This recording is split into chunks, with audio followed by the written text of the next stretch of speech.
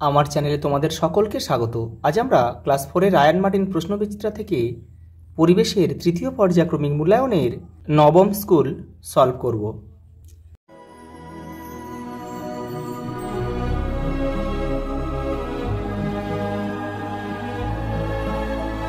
দেখো নবম স্কুল, দেখো প্রথম প্রশ্ন কি দিয়েছে, শূন্যস্থান পূরণ করো। জ্বলন্ত স্টোভে কখনোই তেল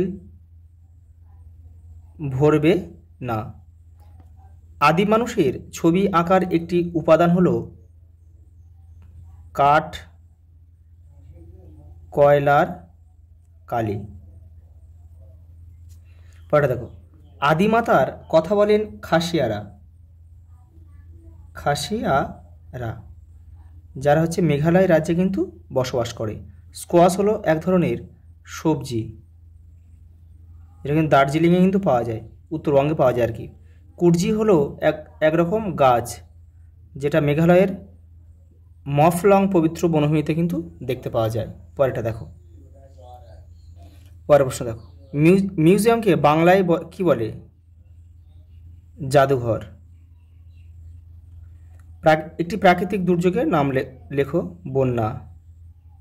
বন্যা, ভূমিকম্প লিখতে পারো। জোয়ার বাজরা কি? এক ধরনের খাদ্যশস্য। মানুষ প্রথম কোন জন্তুকে পোষ মানিয়েছিল? কুকুরকে। পশ্চিমবঙ্গের কোথায় রেল ইঞ্জিন তৈরি হয়? চিত্তরঞ্জন। চিত্তরঞ্জন এটা কোথায় অবস্থিত? পশ্চিম বর্ধমানে অবস্থিত, কিন্তু বর্ধমান। দেখো, সত্য বা মিথ্যা নির্ণয় করে বাক্যের পাশে লেখো। দেখো, মালাকার টোপর তৈরি করেন, এটা সত্য। আমরুল ভেষজ উদ্ভিদ, এটাও সত্য। দেখো, চাটাই তামা দিয়ে তৈরি হয়, এটা মিথ্যা। এটা হবে কি? তালপাতা দিয়ে তৈরি হয়। পরেরটা দেখো, সুন্দরবন অঞ্চলে নেশপাতি খুব ভালো হয়, এটা মিথ্যা। এটা কিন্তু উত্তরবঙ্গে হবে, দার্জিলিংয়ে এটা পাহাড়ি অঞ্চলে চাষ হয়। গর্জন তেল খনি থেকে পাওয়া যায়, তোলা হয়, এটা মিথ্যা। এটা গর্জন তেল হচ্ছে গর্জন গাছ থেকে কিন্তু পাওয়া যায়।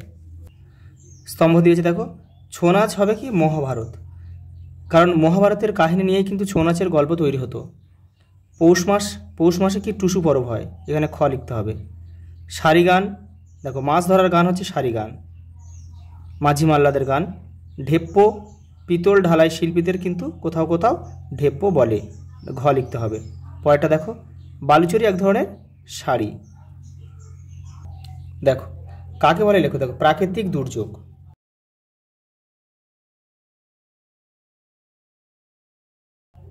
পরেরটা দেখো, বর্জ্য।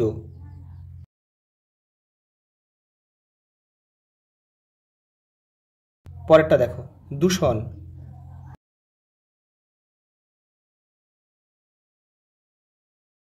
পরেরটা দেখো, স্থাপত্য।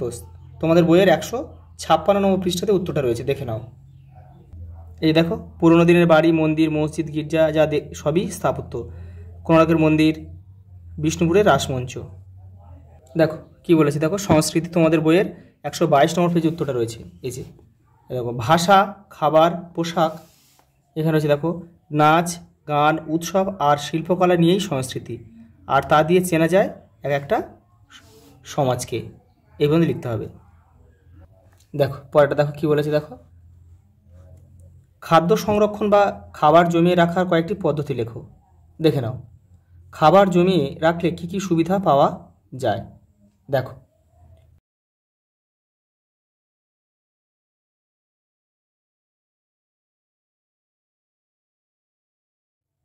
সামাজিক প্রাণী বলতে কি বোঝো?